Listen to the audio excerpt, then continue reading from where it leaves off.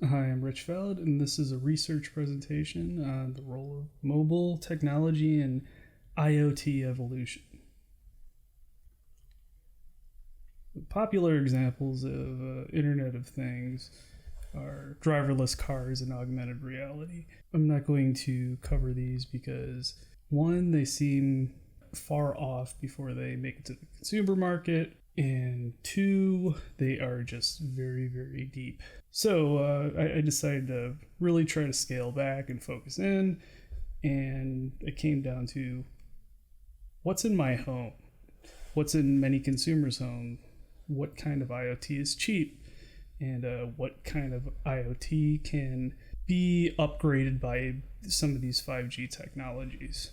One of the problems that I've been noticing is that the apps aren't very unified in regards to Internet of Things and also crossing over into more traditional services. For example, like a voice assistant is good at simple commands, but it's not very good at picking up on casual language. And another issue is once you start getting into these Amazon Echo skills, you usually have to install something else on your phone, and you end up having all these extra applications. So I wonder if it's possible to kind of unify all these disparate apps and create some sort of a mashup service. And thinking about like these big picture ideas like driverless cars, I'm just kind of wondering like what can improve everyone's life to a certain degree.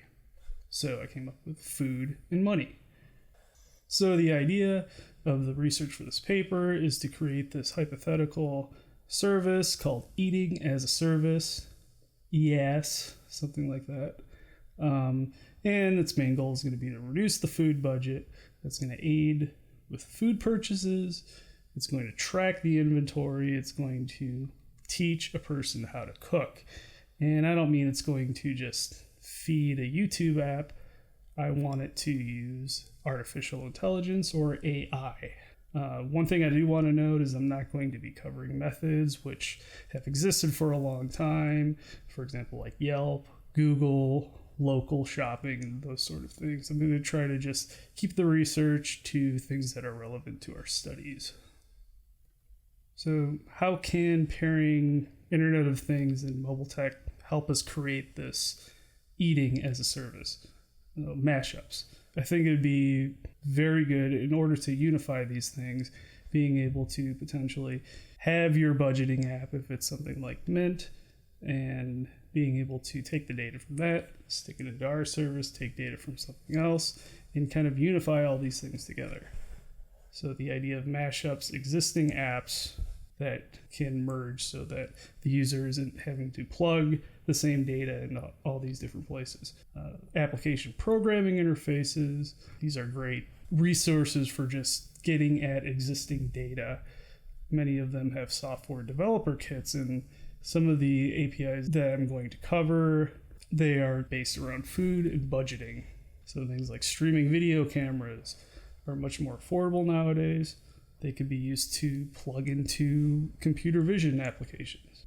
Devices like the Amazon Echo are pretty much a commodity, at least in the United States. So it's a great IoT device to trigger functions, use very simple language, simple commands, and it's hands-free, which is pretty much my favorite use case so far for these Internet of Things devices. AirPods, Echo, use them all the time. GPS, very commonplace. I'm going to assume most of the things regarded through GPS are pretty much achievable. Mobile edge computing, this is a big one. And I think it's going to be key for IoT and kind of wrapping all of these things together so it provides a good, acceptable user experience. So what's the definition of the Internet of Things? There seems to be many different examples and many ways to describe these things. IoTs are connected to the internet in order to exchange data. So these can be like sensors, cameras, voice assistants. One of the requirements for IoT applications is to have very low latency and perform in real time. So there's a huge desire for this type of technology, IoT application, hardware. There are reports that $11.1 trillion could be made annually by 2025. Greenfield is essentially when somebody wants to install a brand new IoT device or a brand new system into their infrastructure, and they just start from the ground up. But brownfield is when they essentially retrofit new technology, new upgraded services or systems onto their existing older systems. And this is what I'm going to concentrate on for the research. But when we think about computer vision, we usually think about driverless cars. At least that's what I think about.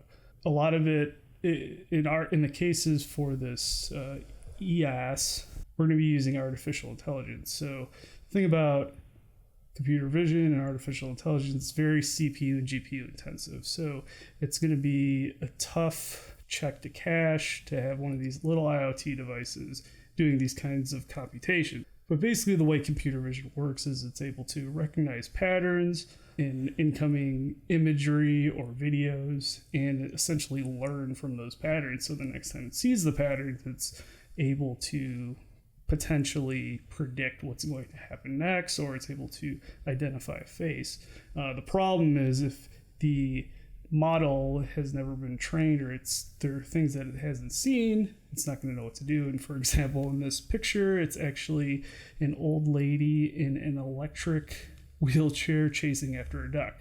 So, but the good thing is once the models are trained, they can always be improved over and over and over. One of the things that's incredibly important for real time in regards to IoT is mobile edge computing. It's not only IoT. Many different types of technologies will rely on mobile edge computing in the future.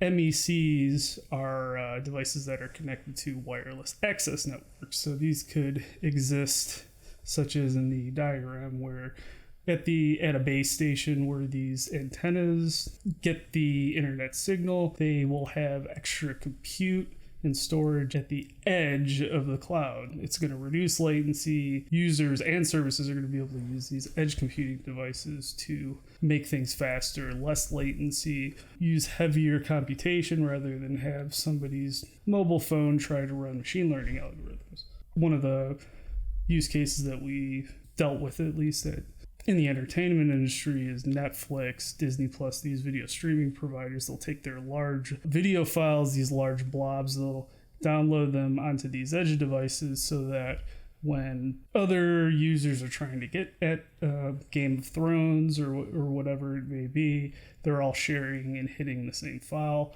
rather than each time somebody tries to access the file going into these access stations, back up to the cloud, and then download. So it's just a much more efficient way of getting at storage, for example. And we may have edge in our homes very soon. So set-top boxes are essentially cable boxes or the boxes that are provided by our ISPs. And Red Hat is working with these telecom companies to kind of make their hardware a little bit more generic. So it's going to be much more cloud-like. We're actually going to hit a future where our set-top boxes are essentially servers, because these things are pretty fast and beefy. And Red Hat is actually already using these things as single-node Kubernetes clusters. And I'm not going to get into the Kubernetes, but it's much more of the service-oriented architecture that we see in the cloud. So potentially this eating as a service could be deployed on a set-top box. With APIs, we're able to access a wealth of existing data that can be leveraged by a service such as EaaS. Information Machine is an API that's meant to track a user's shopping data. It can track things like online purchases, uploaded receipts. Spoonacular is an API that's used to query meal plans, like recipes, products, menu items. Eating as a Service can use both of these things. A great way to essentially unify these different applications. So rather than hand roll our own budgeting application and our smart home hubs and that sort of thing, we could use existing hardware, existing platforms, essentially. Wally, for example, has a receipt scanner. We can use YNAB for budgeting. If users already are comfortable with these apps, the plan would be to provide the ability to integrate that into our service and also create skills for Alexa and different skills for these different smart home hubs. So as we've seen on Information Machine, they're able to take the data from the receipts and use that to log as actual transactions that the user has made. So in my experience, I've tinkered a lot with different types of budgeting applications, trying to create my own using spreadsheets. So this is actually really great. Able to take a picture of a receipt and an artificial intelligence algorithm is run on it to extract all the relevant data from it. I want you to kind of imagine that you're in the kitchen, you're cooking, you've got your hands full of raw meat, you're cooking your dinner, and all of a sudden you realize that you ran out of pepper. You don't want to really reach into your pocket, get your phone. If you're someone like me, you're probably going to forget about it. You can simply just say, Alexa, tell groceries or tell whatever the skill is, I need to get my pepper. It logs that data, and in our case, it would take the command and send it to our service, and now our service knows that we need to get pepper next time we leave the house. So mobile phones, we're all very familiar with them. They can give us that in-the-moment contextual feedback. Perhaps we're driving. The service that we create is getting GPS data. It's already compiled lists of groceries that we need to get, and maybe as we're approaching Ralph's or Vons or Piggly Wiggly, whatever part of the country you're in, we could get an alert on our phone, which queries all of these different APIs that we have hooked up to our service, and it says, hey, if you stop at Vons, you could save 23% on your weekly budget.